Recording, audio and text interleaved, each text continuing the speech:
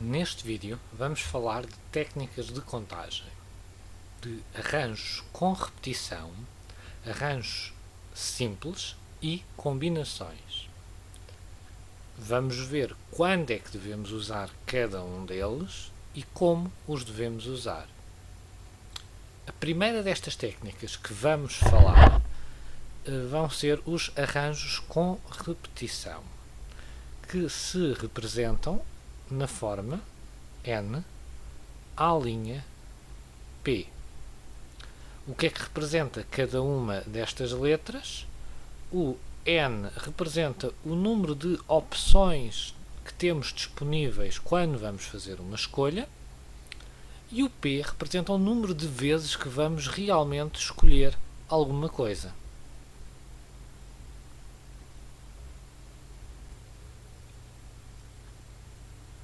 Quantos códigos de 4 letras podemos fazer com as 5 vocais? Se pudermos repetir letras. Então, o que se está a passar neste problema é que nós queremos fazer um código de 4 letras. É como se tivéssemos 4 espaços onde queremos preencher com uma letra, que neste caso só poderá ser uma vocal. Agora, em cada uma destas posições poderá estar qualquer uma das vocais. Portanto, nesta primeira posição poderia estar um A, ou um E, ou um I, ou um O, ou um U. Quer isto dizer que nesta posição original nós teríamos 5 opções para preencher, tal como na segunda posição, tal como na terceira e tal como na quarta. E então o número total de códigos que poderíamos ter construído seria a multiplicação de todas estas opções, que seria igual a 5 à quarta, o que dá 625.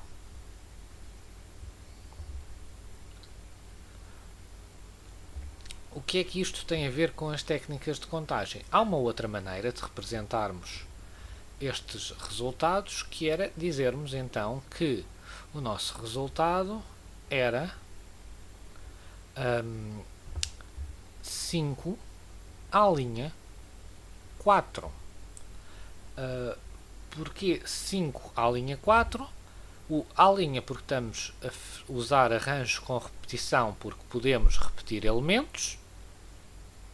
O 5 representa o número de opções que temos em cada uma das escolhas que vamos fazer. Em cada uma das posições onde vamos colocar uma letra, tínhamos 5 opções disponíveis, as 5 vocais, o A, E, I, O, U.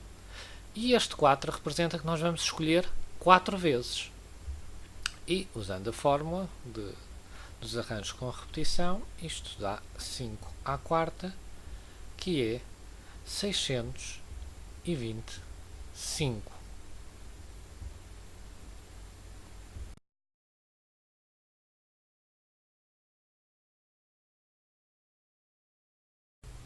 Quantos números binários de 8 bits existem? Para explicarmos este problema, vamos primeiro falar sobre o que é um número binário. Um número binário é uma sequência de dígitos que só pode ter zeros e uns. Portanto, um possível número binário seria este que estamos a escrever: 10110001.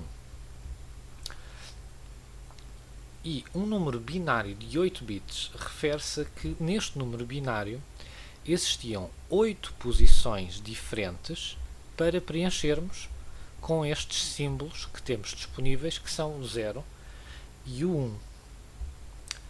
Então, quantas opções é que teríamos em cada uma destas posições? Bem, em cada uma das posições só podemos escrever ou o 0 ou o 1.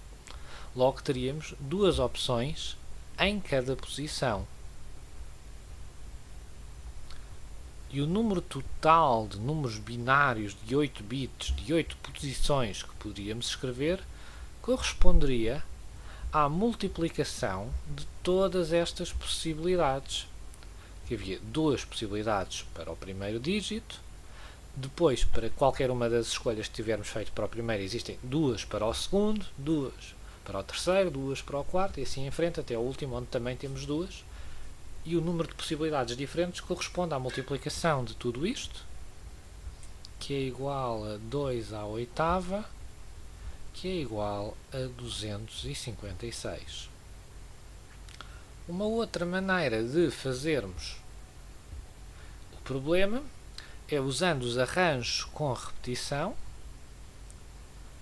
onde nós temos duas opções, sempre que vamos escolher entre o 0 e o 1, e vamos fazer 8 escolhas. E usando a fórmula dos arranjos com repetição, que eu vou escrevê-la aqui ao lado, a linha de NPP é igual a N levantado a P, que portanto no nosso exemplo é igual a 2 levantado a 8, que dá os mesmos 256 de quando não fizemos o problema com os arranjos com repetição e fizemos marcando as posições.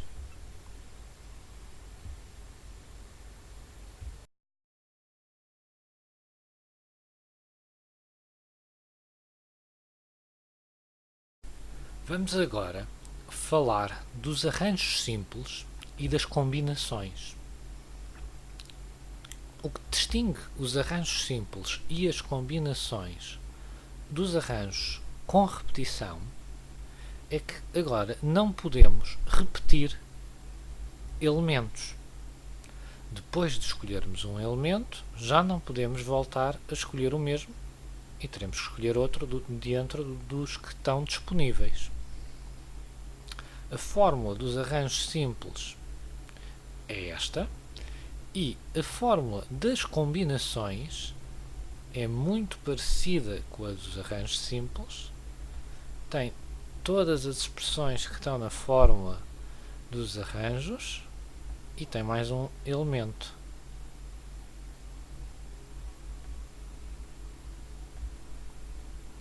Que eu vou escrever aqui ao amarelo para vermos bem.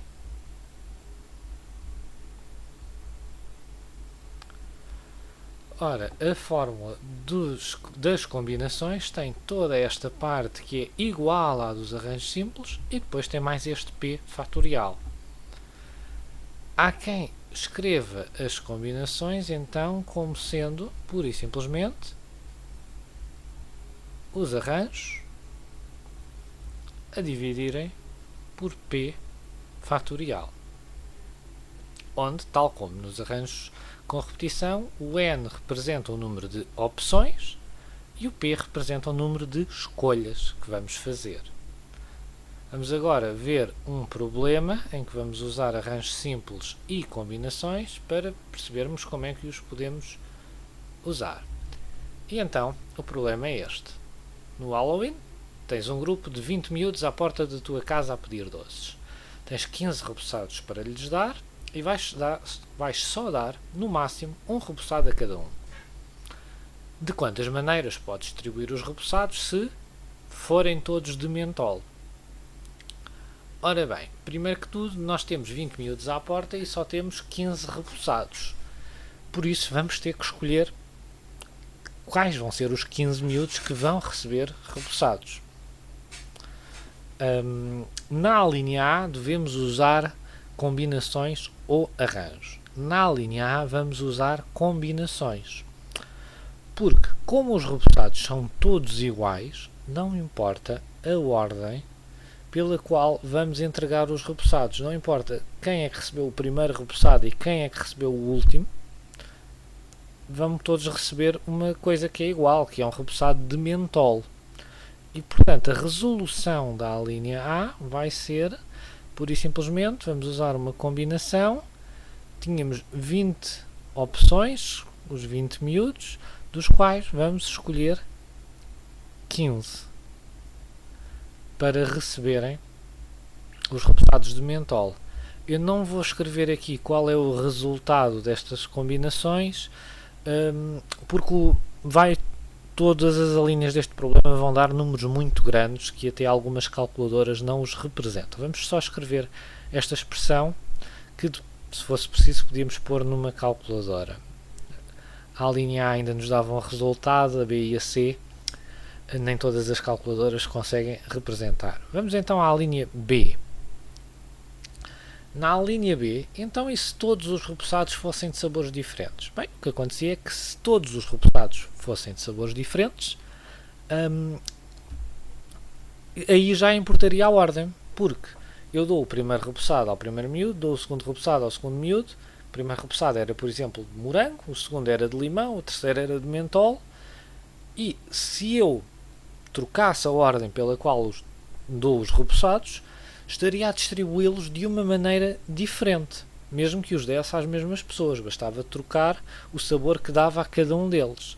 Então, nesta situação, nós vamos usar um arranjo, continua a ser de 20, 15 a 15, que é dos 20 miúdos, eu vou escolher 15 para receberem os repousados, mas desta vez arranjo porque importa a ordem. E agora vamos ver na linha C.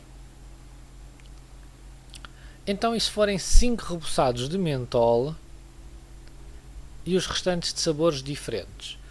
Bem, desta vez os repousados de mentol são todos iguais, portanto não importa a ordem, mas os restantes repousados, que são 10, já importa a ordem. Então, para fazermos a resolução numa parte em que importa a ordem e noutra que não importa, temos que fazer isto em duas partes. Se começarmos pelos 5 repousados de mentol, nós vamos fazer uma combinação e dos 20 miúdos vamos escolher 5 para receberem o repoussado de mentol. E depois, dos 15 miúdos que restam, vamos escolher 10 para receberem os repousados de sabores diferentes. E aqui já vamos usar um arranjo. Esta linha podia ter sido feita de uma maneira diferente se tivéssemos começado pelos repousados de sabores diferentes. Se tivéssemos começado pelos repousados de sabores diferentes, dos 20 miúdos escolheríamos 10 para receberem os repousados de sabores diferentes e depois dos 10 miúdos que sobraram, escolheríamos 5 para receberem os repousados de mentol. Estas duas expressões que aqui estão, embora sejam diferentes, vão dar ambas o mesmo resultado. É só uma maneira diferente de fazermos o mesmo problema. Portanto, o que nós devemos lembrar-nos quando estamos a resolver um problema deste género é que devemos usar combinações quando não importa a ordem pela qual fazemos as escolhas e devemos usar arranjos quando importa a ordem pela qual fazemos as escolhas. Outra maneira de pensarmos nisto é quando estamos a atribuir algo de único, de diferente a cada uma das pessoas que estamos a atribuir. Os repousados de sabores diferentes, sendo todos diferentes, usamos arranjos.